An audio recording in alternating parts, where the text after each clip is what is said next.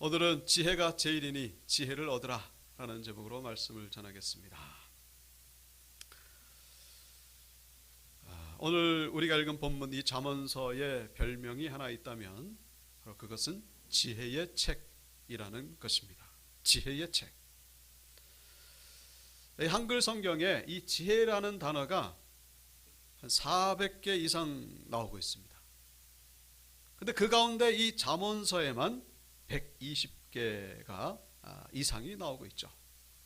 그만큼 지혜라는 단어가 이 잠언서에 많이 나오고 있습니다. 그리고 이 잠언서라고 하는 이 잠자가 바로 이 바늘 잠자입니다. 바늘 잠자.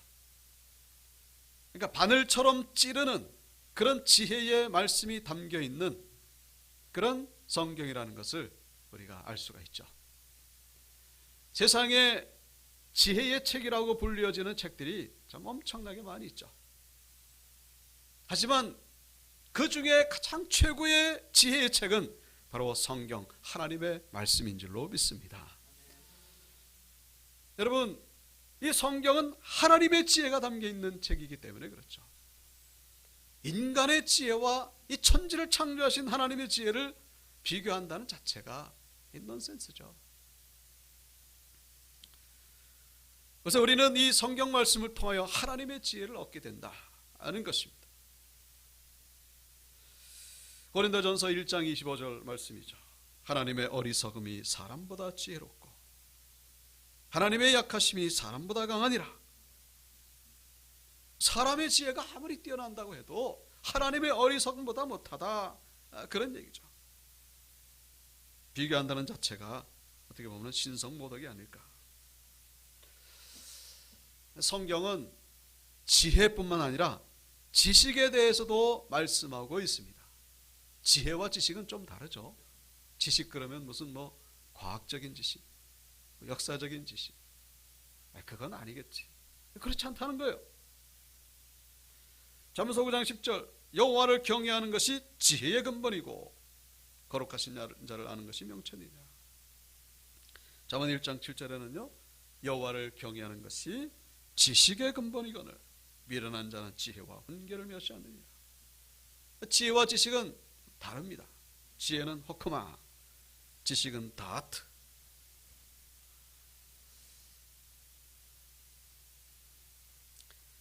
여러분, 이 바른 지식이 바로 성경으로부터 시작된다는 것을 우리에게 말씀해 주고 있습니다. 세상에 많은 지식이 있잖아요. 과학적인 지식도 있고.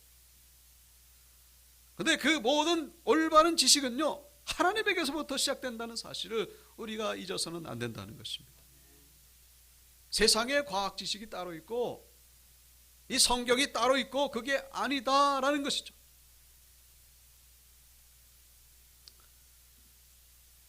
이게 1901년부터 2000년도까지 노벨상이 6개 분야더라고요. 보니까 물리학, 화학, 의학, 문학, 경제, 평화. 1901년이라고 하는 것은 이제 제1회 노벨 시상식이 있었던 해죠. 2000년까지 약 700명이 넘습니다. 이 700명 넘는 사람들의 종교를 조사해 보니까 65%가 기독교인이고 그리고 21%가 유대교고 그 외에 무신론자가 7% 있고 그 힌두교도 1%, 무슬림이 0.8% 이렇게 그 외에 있습니다. 자, 그러니까 이 기독교인과 유대교 뭡니까? 공통점이 대체적으로 100% 다 그런 건 아니겠습니다만 그래도 창조주 하나님을 인정하는 그런 사람들이죠. 몇 프로입니까? 합하면은 86%가 넘습니다. 자, 물론 그 중에는 또 다르게 생각하는 사람들도 있겠습니다만은 이 86% 넘는 사람들, 이 사람들을 보면은요, 무슨 이 그 경제학이나 문학상 이런 데서 상을 받은 것이 아니라 이과 계열에서, 그러니까 화학이니 물리니 의학 계열에서 80% 90% 압도적인 비율로 이 신앙인들이 상을 차지했다는 사실을 우리가 기억해야 된다는 거예요. 우리는 참고해야 된다는 것입니다. 그러니까 이 세상의 지식은 무신론자들, 진화론자들이 만들어낸 것이다 라고 주장하는 것은 말도 안 되는 얘기라는 것을 우리가 기억해야 된다는 것이죠. 과학 지식은요, 중립입니다. 중립. 그런데 기독교인들의 것도 아니고 무신론자들 것도 아니에요. 문제는 그것을 창조론적으로 보느냐, 진화론적으로 보느냐, 이제 그거는 선택이겠죠. 다만 어떤 것이 더 합리적인 것이냐를 지금 계속해서 영적 전쟁을 하고 있는 그런 상황 속에 있습니다. 현실적으로 볼 때에 이 진화론이 대세죠. 진화론이 대세입니다. 뭐 빅뱅으로 이 우주가 출발했다 그러고.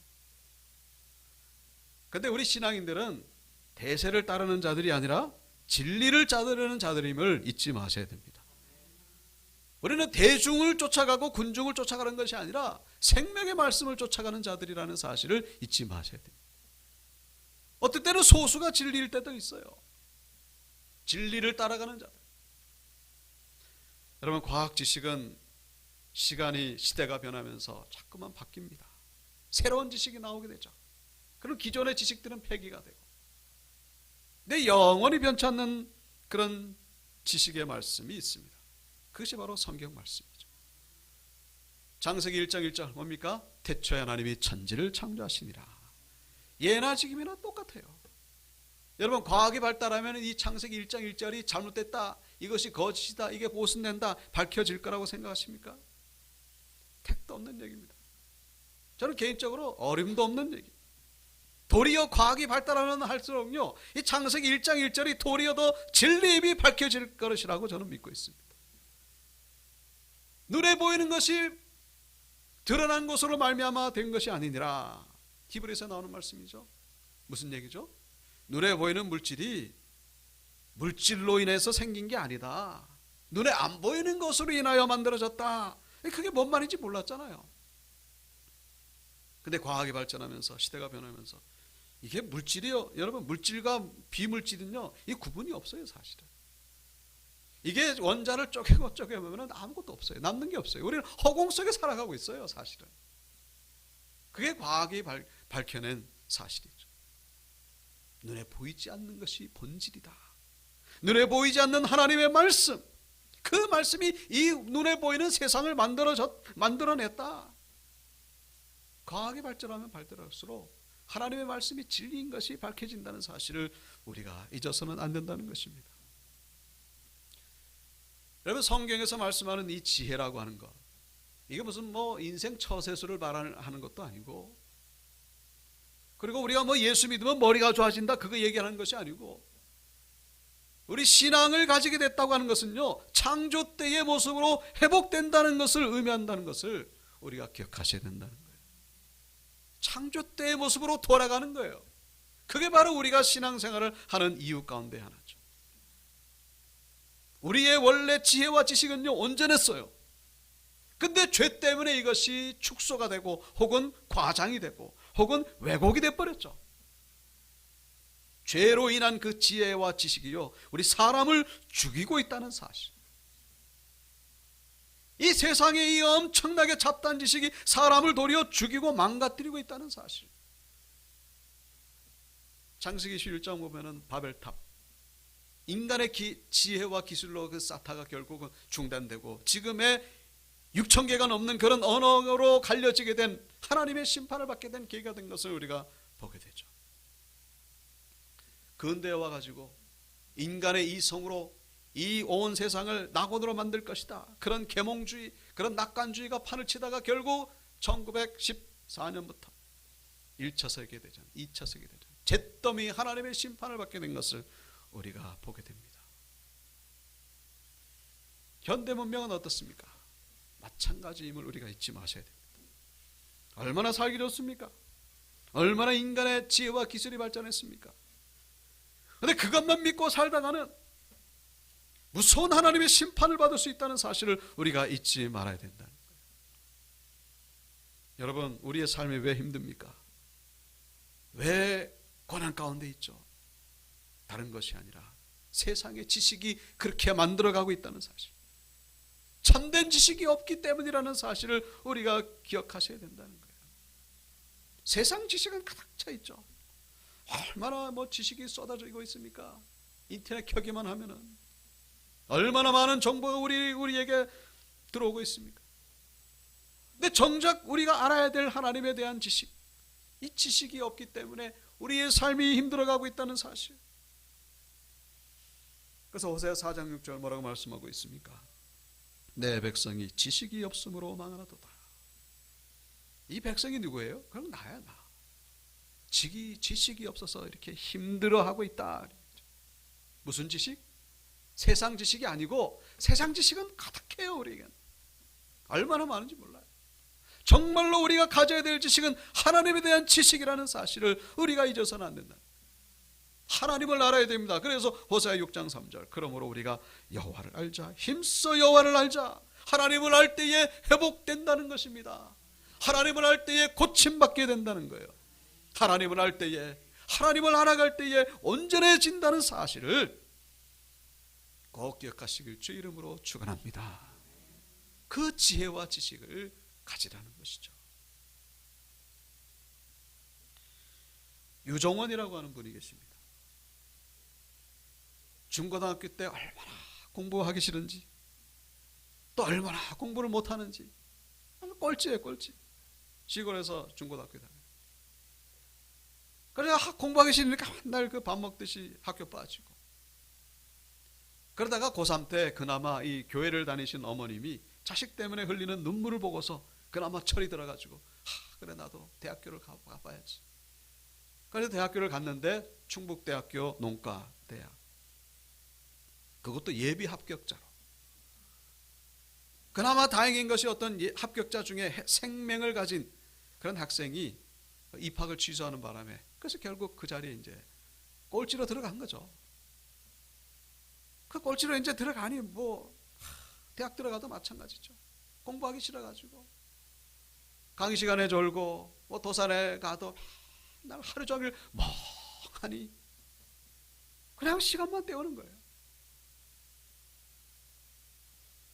그러다가 이제 우연히 신앙을 가진 그 선배를 알게 됐는데, 그 선배가 뭐라 그랬냐면은 밥 먹기 전에 기도하듯이 공부하기 전에 한번 기도해 보라고.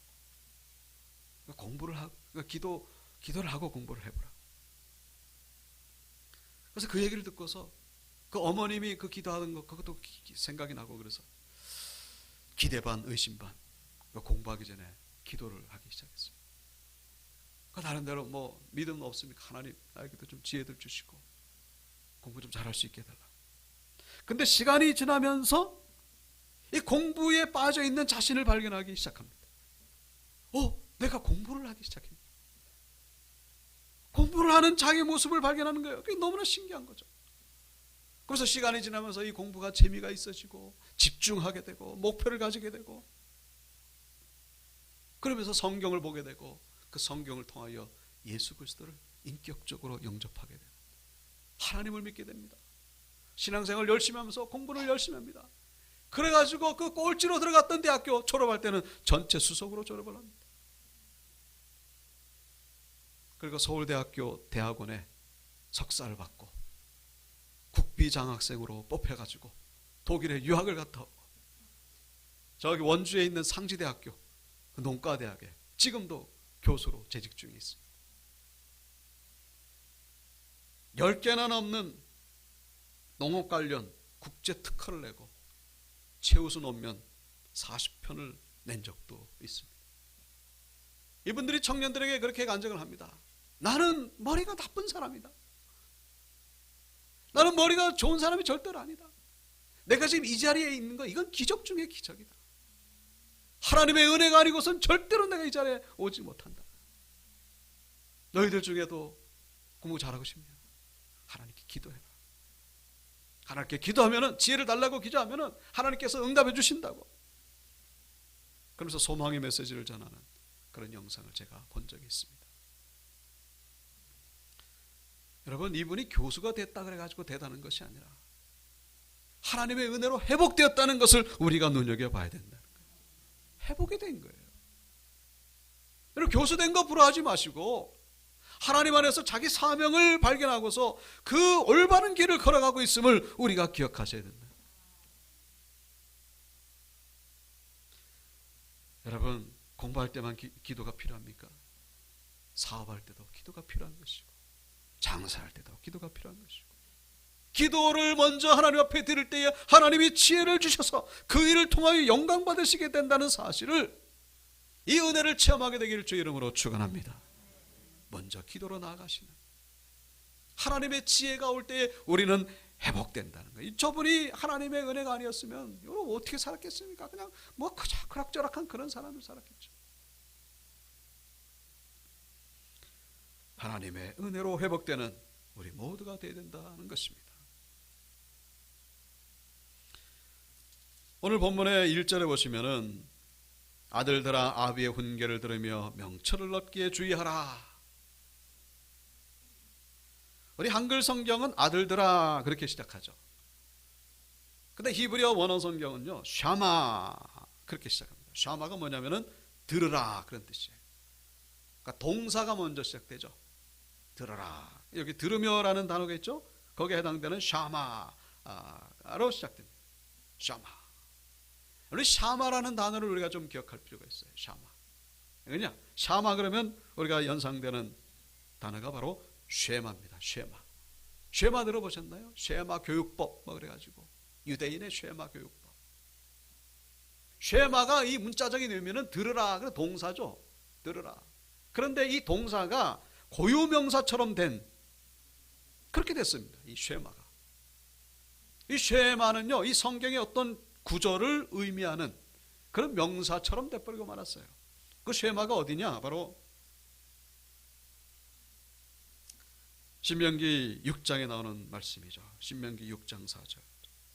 이스라엘아 들으라. 우리 하나님 여호와는 오직 유일한 여호와시니 너는 마음을 다하고 뜻을 다하고 힘을 다하여 내 하나님 여호와를 사랑하라.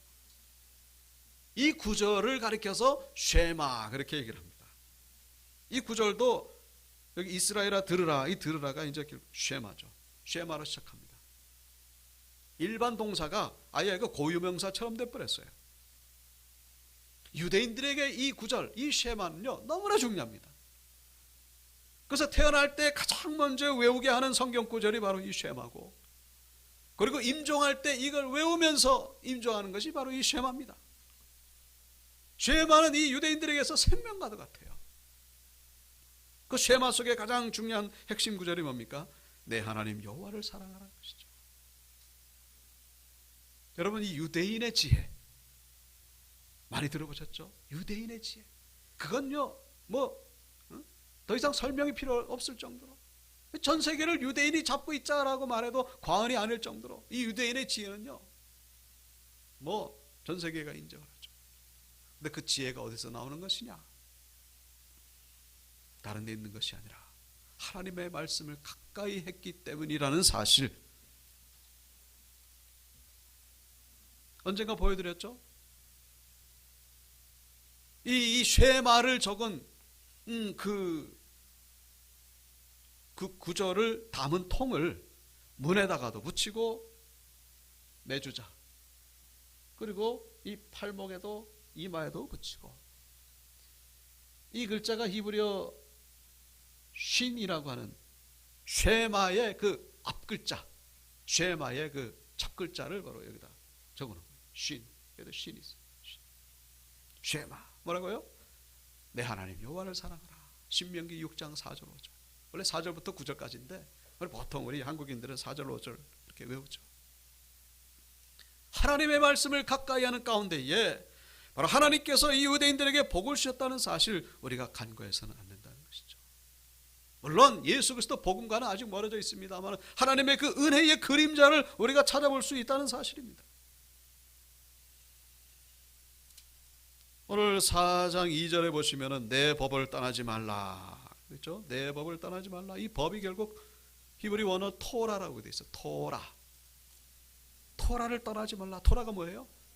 토라가 모세오경입니다. 창세기, 출애굽기, 레위기, 민수기, 신명기, 토라. 모세오경 가운데의 핵심이 뭐라고요? 바로 저 쉐마입니다. 쉐마를 떠나지 말라. 마찬가지죠. 그래서 오늘 우리가 읽은 본문에 이 지혜라는 단어가 많이 나옵니다만 결국 이 지혜가 결국 의미하는 것이 하나님의 말씀이라는 것을 알 수가 있습니다. 5절에 지혜를 얻으며 하나님의 말씀을 얻으며 명철을 얻으라. 6절에 말씀을 버리지 말라. 7절에 말씀이 제일이니 하나님의 말씀을 통하여 지혜를 얻으라. 내 얻은 것을 가지고 명철을 얻을지니라. 내가 가지고 있는 거 다 팔아가지고 그 지혜를 사라, 그런 얘기죠. 특별히 8절에 그를 높이라. 그리하면 그가 너를 높이 들리라. 만일 그를 품으면 그가 너를 영화롭게 하리라. 하나님, 여기서 그는 하나님이겠죠. 그 말씀을 주신 하나님, 하나님을 높일 때에 하나님이 우리를 높여주신다. 이 8절은 외우셔야 됩니다. 그를 높이라. 그리하면 그가 너를, 우리 다 같이 읽어볼까요? 시작. 그를 높이라. 그리하면 그가 너를 높이 들리라. 만일 그를 품으면 그가 너를 영화롭게 하리라. 아멘. 하나님을 높일 때에 하나님이 우리를 높여주신다는 거예요. 아까 전에 그 유종원 교수님처럼 그 사람이 뭐 변화시키겠습니까? 뭐 어떻게 하겠습니까? 결심 가지고 됩니까? 안 되죠.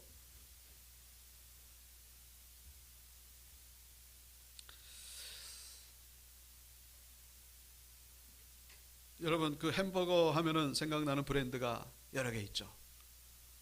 뭐 KFC도 있고 버거킹도 있고 맥도날드 있고 뭐 롯데리아도 있고, 대부분이 다 미국 기업입니다만은 저 가운데에 세계적으로 가장 규모가 큰 햄버거는 바로 맥도날드입니다. 맥도날드 1년 매출액이 전 세계 있는 모든 매장 통틀어서 한 380억 달러. 이게 한 2017년 기준으로 뭐 정확한 건 아니겠습니다만 대략 38조예요. 엄청나죠. 2위가 어딘지 아십니까? 이 스타벅스는 이제 커피 매장이니까 좀 예외를 하고 2위가 바로 칙필에이라고 하는 그런 브랜드입니다. 그 다음에 이제 버거킹, KFC가 따라오죠. 칙필에이 처음 들어보셨죠? 그럴 수밖에 없는 것이 칙필에이는 미국에만 있어요. 왜 한국에는 없을까? 그 이유가 따로 있습니다. 자, 그런데 가만히 보면 매장 수를 따져보면요, 이게 순위가 뒤집어집니다. 맥도날드는 35,000개인데 380억 달러죠. 칙필레이는요 2,700개인데 104억 달러. 무슨 얘기죠? 매출은 4분의 1밖에 안 되는데 매장 수는요 10분의 1도 안 돼요. 10분의 1. 그러니까 평균 매장당으로 따져보면요 1등이에요. 칙필레이가 한 400만 달러, 우리 돈 한 45억 되죠. 매장이 그렇게 큰 것도 아니에요. 1년 매출액이 45억. 근데 언제 생겼느냐? 오래전부터 생겼죠. 46년. 맥도날드 55년. 버거킹 같은 경우는요 13,000개인데 99억 달러고, KFC는 3분의 1밖에 안 돼요. 18,000개인데 30억 달러. 칙필레이와는 비교가 안 되죠. 1년에 45억. 여러분 10분의 2만 가져가도 그거 얼마입니까? 8억 10억 정도.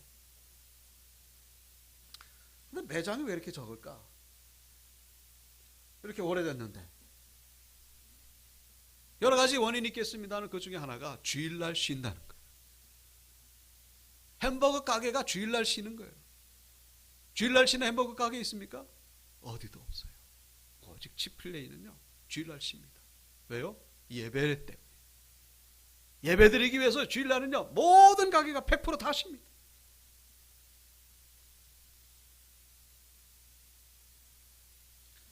이 주말 장사로 인해 가지고 한 14% 연매출을 올리는데 그거를 포기한 거예요. 그러니까 주일날 쉰다는 조건 하에 이 계약을 맺어야 되니까 이 가입하는 자들이 없었죠. 그러다 보니까 매장이 적을 수밖에 없어요. 그런데 지금은 매장당 이 매출액이요 타의 추정을 불허하니까 이제는 너도 나도 몰려들기 시작합니다. 그래가지고 이 경쟁률이 1년에 매장이 80개 늘어나는데 80개 매장 모집하는데 점주가요 6만 명이 모여들다. 6만 명. 경쟁률이 750대 1이에요. 이게 구글 회사, 그 다음에 스탠포드 대학교, 그 다음에 골드만삭스, 이런 데와는 비교할 수 없을 정도로 높다는 거죠. 너도 나도 몰려든다는 거예요. 왜? 가면 장사가 되니까. 처음에는 주일날 문을 닫아야 된다는 조건 때문에 이게 안 모여들다가 나중에는 장사가 엄청나게 되니까. 우리나라의 직필레이가 왜 안 들어오는지 이제 아시겠죠? 주일날 문을 닫아야 되니까 계약을 하시려고 하는 사람이 없는 거예요.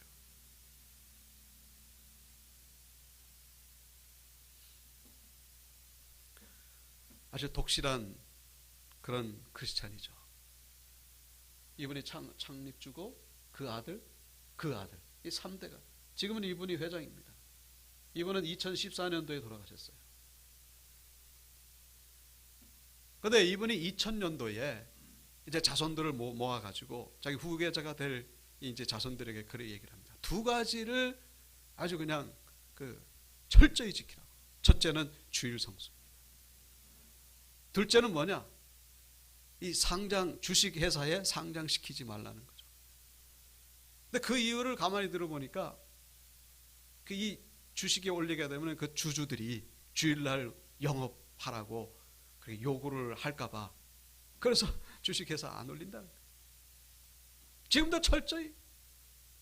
근데 얼마나 참 이 친절하고 맛도 좋은지 주일날 이렇게 문을 닫음에도 불구하고 최근에는 이분이 미국에서 동성애를 반대한다는 이분이 뭐 일부러 그런 기사를 낸 것도 아닌데 어떻게 그 기사가 실리는 바람에 동성애자들이 그 매장에 와가지고 돌을 던지고 유리창을 깨고 불매운동을 막 강력하게 벌이고 근데 1년 지나고 나서 결산해 보니까 도리어 전년도 대비 14%나 더 많이 매출되었다고 하는 그런 기사를 본 적이 있습니다.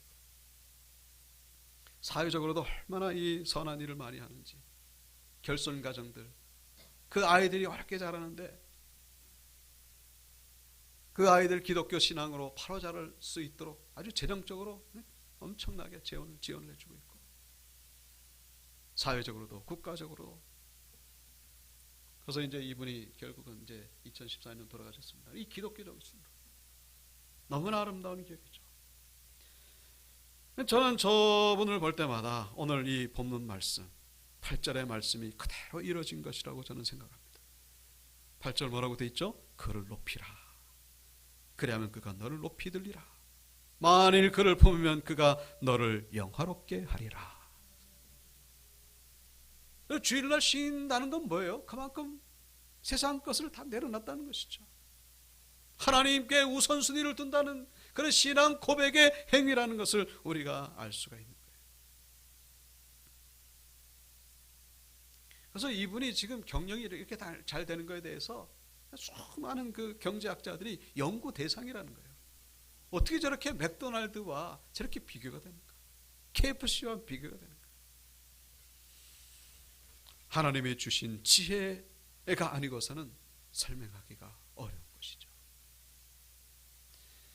여러분, 사회적으로 성공하라는 얘기가 아니죠. 사회적으로 성공하라는 얘기가 아니에요. 제가 뭘 말씀드리는 겁니까? 하나님이 주시는 사명, 그것을 발견하라는 거예요. 여러분, 사회적으로 성공한 사람만 우리가 하나님께 영광 돌립니까? 그게 아니죠. 그냥 뭐 한 예를 말씀드리는 거예요. 드러나든지 드러나지 않든지 하나님이 주신 지혜를 가지고 우리가 있는 곳에서 하나님께 영광을 돌리는 것, 그것이 바로 우리의 사명이라는 사실을 잊어서는 안 된다는 것입니다.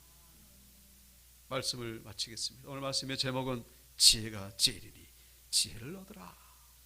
세상 지혜가 아니고 하나님이 주시는 지혜, 하나님이 주시는 지식을 가지고 주신 사명을 다 잘 감당하시는 우리 연립교 원석들 되시길 주의 이름으로 축원합니다.